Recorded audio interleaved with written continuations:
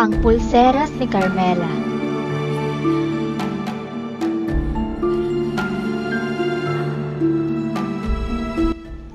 Doon sa malayong lugar, mayroong mag-iina na naninirahan sa lungsod ng Valenzuela sa bansang Pilipinas. Ang pangalan ng ina ay Carmela. Siya ay may 3 anak. Iniwan sila ng kanilang ama at nakahanap ng ibang kalaguyo. Dumaan silang mag-iina sa mga problema sa buhay. Itinakpil, kinutya at pinagtabuyan sila ng pamilya ng kanilang amain dahil mas pinanigan nila ang bagong kalaguyo nito. Inilayo at itinaguyod ni Carmela ang kanyang mga anak ng magkakasama na may puno ng pagmamahal. Nagtitinda siya at nag-aalok ng kung ano-anong produkto upang may pangtustos siya sa pang-araw-araw na pangangailangan nila. Isang araw, sa hindi inaasahang panahon at hindi malamang dahilan ay dinapuan si Carmela ng malubhang sakit. Hindi ito makahinga at tila pinipilipit ang katawan sa sakit. Kung saan-saang doktor na ito lumapit, ngunit walang makapagsabi kung ano talaga ang sakit niya.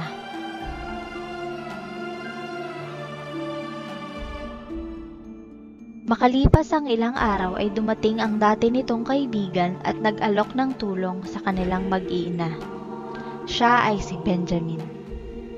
Tuwing araw ng pahinga niya sa trabaho ay bumabiyahe siya mula Tagaytay papuntang Valenzuela para magdala lamang ng pagkain sa mag-iina at babalik muli ng Tagaytay para magtrabaho. Dinadalaw niya ang mga ito isang beses sa isang linggo para masigurado nito kung maayos ang kalagayan ng mag-iina. Habang dumadaan ang mga araw ay lalong lumubha ang sakit ni Carmela at hindi na ito halos makatayo sa kanyang hinihigaan. Napagdesisyonan nila na dalhin ito sa manggagamot o albularyo. Doon nila napag-alaman na si Carmela ay pinakulam ng kalaguyo ng kanyang dating kinakasama. Sa sobrang galit at selos umano nito, ay gusto nitong mamatay si Carmela upang mawala na ang kaagaw sa atensyon ng lalaki. Lalong umusbong ang galit ng babae kay Carmela dahil hindi nito binigyang ganti ang mga sinapit nito. Ang babaeng ito ay papangalanan nating Sylvia, hindi tunay na pangalan. Si Sylvia ay pamilyadong tao, ngunit nakiapi dahil sa inggit nito kay Carmela. Siya ay mas matanda ng higit sa 10 taon sa kanya. Sa halip na magalit at gumanti, ay hiniling na lamang ni Carmela sa manggagamot ang kanyang paggaling, sapagkat mas kailangan niyang unahin ito upang makapaghanap buhay para sa kanyang mga anak at makapagbayad utang sa mga taong tumulong sa kanya habang siya ay may sakit. Sinunod ng manggagamot ang kanyang hiling at inalis ang kulam at malas na kaakibat nito. Makalipas ang ilang araw, ay naging maayos ang kalusugan ni Carmela at nakapaghanap buhay muli. Sunod-sunod ang dating ng swerte sa buhay nila, kaya kahit maliit ang kita ay ibinabahagi niya ito sa iba na tulad nila. Kasabay nito ay nagtapat ng pagmamahal ang kaibigan na si Benjamin at nangakong hindi sila pababayaang mag-iina. Naging usap-usapan ito hanggang nakarating ito kay Sylvia. Muli itong nagalit at nainggit kaya ipinakulam niya ulit ang ating bida. Bukod dito, ay idinamay na niya ang mga bata sa barang at tila gusto niyang patayin ang mag-iina. Muling nagpunta si Carmela sa manggagamot upang magpatingin. Pero hindi tulad ng nauna, siya ay hindi naman nagkasakit. Gusto lamang niya ng matinding proteksyon sa kanyang pamilya. Dahil sa paulit-ulit na sitwasyon, tinuruan na ng mga manggagamot si Carmela na magproteksyon sa sarili at sa mga bata. Dahil hindi tumitigil ang babae na gumastos para lamang pasakitan silang mag-iina sa kulam. Naghanap at nagsaliksik si Carmela ng mga tao at iba't ibang paraan na makakatulong sa kanila. Naging interesado siya sa mga ito, hindi para sa kanyang sarili kundi para sa kanyang pamilya. Tinuruan at sinalinan siya ng mga kaalaman na higit sa normal na kaalaman ng mga ordinaryong tao. Doon lang din nadiskubre na ang lalaking palagi niyang kasama na si Benjamin ay may angking kakayahan na manggamot. Kaya tinuruan din nito upang hindi na magpabalik-balik si Carmela sa malalayong lugar. Maliban sa pagsalin ng kaalaman ay may itinuro din sa kanila ng mga orasyon na Latin at ibinilin na gagamitin lang ito sa kabutihan. Isa ito sa mga dahilan kung bakit hindi na nawalay si Benjamin kay Carmela dahil naging pananggalang niya ito pag ina-atake siya ng palipad-hangin. Sa mga sumunod na araw, ilan sa manggagamot na kakilala niya ay binasahan siya ng kanyang kapalaran at ang ilan dito ay tumugma sa kanyang buhay. Nang dahil dito, nahikayat ni Carmela ang kanyang sarili na mag-aral magbasa ng kapalaran sa pagnanais na malaman niya ang mga susunod na hakbang ni Sylvia sa kanilang mag-iina. Habang lumilipas ang mga taon, ay patuloy ang kanyang pag-aaral tungkol sa paghula ng kapalaran. Ngunit nakaligtaan na niyang silipin ang buhay ni Sylvia. Sa tuwing kinukulam siya ni Sylvia, ay lalong napapaigting ang kanilang pangsalag o proteksyon upang hindi sila maapektuhan nito. Makalipas ang mahabang panahon, dumadami ang karunungan ni Carmela lalo sa pag-oorasyon. Hindi maikakailang magkakaibang tao ang nagturo sa kanya dahil iba't ibang uri ng orasyon ang kanyang natutunan, kabilang na ang kulam o witchcrafting kung tawagin. Ikinatuwa niya ito na parang naglalaro lang dahil sinuportahan siya ni Benjamin at ng buong pamilya niya sa gawaing ito. Mabilis ang progreso ni Carmela sa larangan, kaya napalakas niya ang kanyang kalasag o pangontra at proteksyon. Gumagawa siya ng mga bagay na nagsisilbing proteksyon para sa kanyang sarili at sa kanyang mga anak at sa kanilang tahanan. Sinusubukan niya ang bawat Latin na ipinasa sa kanya at gumagawa din siya ng sarili niyang orasyon kung saan siya mas komportable at mas naging epektibo naman ito sa kanya. Sinusubukan at sinusuri niya ang bawat gawa niya upang malaman niya kung epektibo ba ang mga ito. Naging komportable ang buhay ng mag-iina at binalikan ng matinding karma si Sylvia, kaya tumigil din ito matapos ang ilang taon. Nang ipinagbuntis ni Carmela ang kanyang pang-apat na anak na si Alora, mas nakilala siya sa kakayahan niya sa pagbabasa ng tarot cards at dumami ang nagtitiwala sa angking galing niya. At dahil napakaganda ng kanyang sanggol, marami ang nagbibigay ng munting handog dito. Isa na dyan ang munting porselas mula sa kanilang malapit na kaibigan at binigyan din nito si Carmela. At nang dahil nakasanayan na ni Carmela na lagyan ng orasyon ng mga gamit nila, sinubukan niya naman lagyan ng pampaswerte sa pera ang porselas nilang mag-iina. At mula nito, nagsunod-sunod ang mga swerteng dumarating sa kanila. Bilang pagmamahal sa kalikasan, inalay ni Carmela ang porselas sa bilog na buwan at pinunlaan ito ng malakas na enerhiya. Palagi niya itong sinisindihan ng kandila na may espesyal na orasyon para sa proteksyon at pangtanggal ng kamalasan na kakapit sa bagay na ito. Palagi niya itong ginagawa at napansin ng mga tao sa paligid nila ang mabilis na pag-asenso ng buhay ng pamilya ni Carmela. Naintriga sila sa mga porselas nilang mag-iina at dahil marami na siyang kliyente, ang iba dito ay hindi matigilan ang magtanong dahil sa pagkabighani sa porselas ni Carmela. Ipinaliwanag niya na hindi ito basta-basta at may kasama itong ritual para magtagal ang buhay nito. Nang dahil sa narinig nila, nagustuhan nila ito at ng mga tao sa paligid, kung kaya ay nagpagawa rin sila nito kay Carmela. At dahil may busilak na puso ang ating bida, hindi ito nag-atubili at binigyan niya ang mga gustong magpagawa katulad ng porselas niya.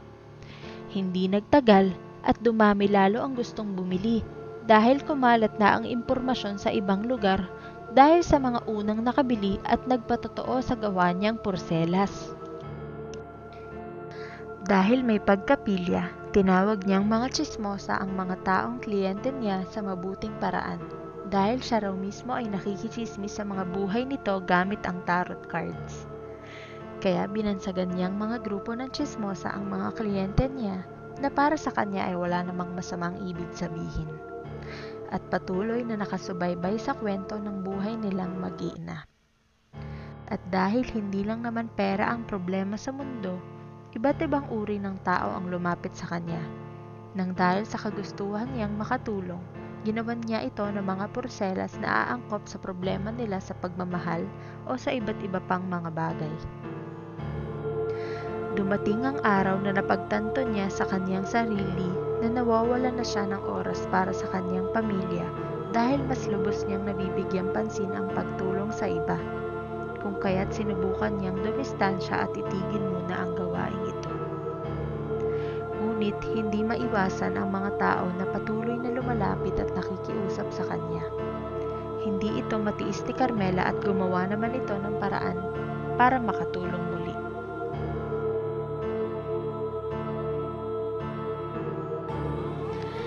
Naghanap siya ng lugar kung saan pwede niyang tayuan ng tindahan na maaaring puntahan ng mga taong nais bumili ng porselas. Ipinasya niyang magkakaroon lamang ito ng araw o oras kung kailan ito bukas para sa mga tao. Paraan niya ito para mabalanse ang oras niya para sa kanyang sarili at pamilya at para na rin magkaroon sila ng proteksyon para sa pribadong buhay na mayroon sila. Ang tindahang ito ay pinangalanan niyang Emporium House of Charms o bahay ng mga pampaswerte. Maliban sa kakayahang manggamot ni Benjamin, ay nakakakita at nakakausap din pala ito ng mga nilalang na hindi nakikita ng normal na tao. Hindi na niya ito binigyan pa ng pansin dahil ika niya ay hindi naman ito pangangailangan. Ganun pa man, naging maganda ang kanilang samahan at lalong dumami ang kanilang mga kliyente. Hindi kagustuhan ni Carmela na mag-orasyon sa tao dahil paniwalang gawain pa rin ito ng pangkukulam.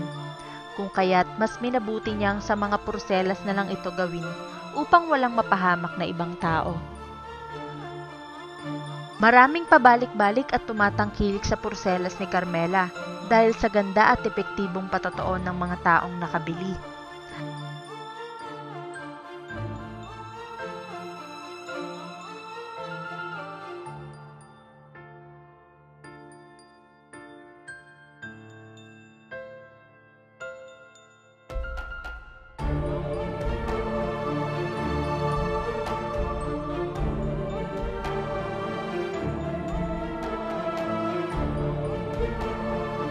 At dahil umabot na rin sa malalayang lugar ang impormasyon, nagsimula ng dayuhin ang kanyang tindahan at hindi na rin maiwasan ng mga kakilala niya na magtinda na rin ng mga porselas na gawa niya.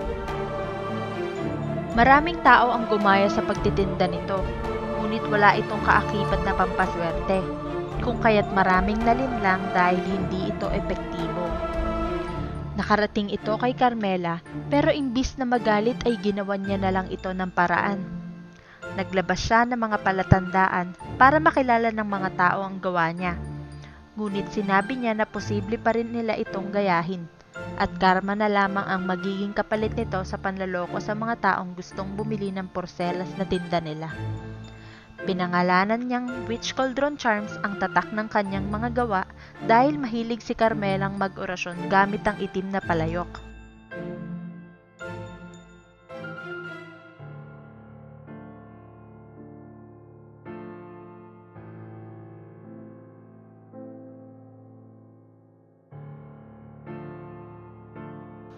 Nanatili namang pribado ang buhay niya dahil nagtago siya sa alias na Madame Virtud, na ibinansag sa kanya ng mga reseller niyang upang mapanatili ang tahimik na buhay ng kanilang pamilya.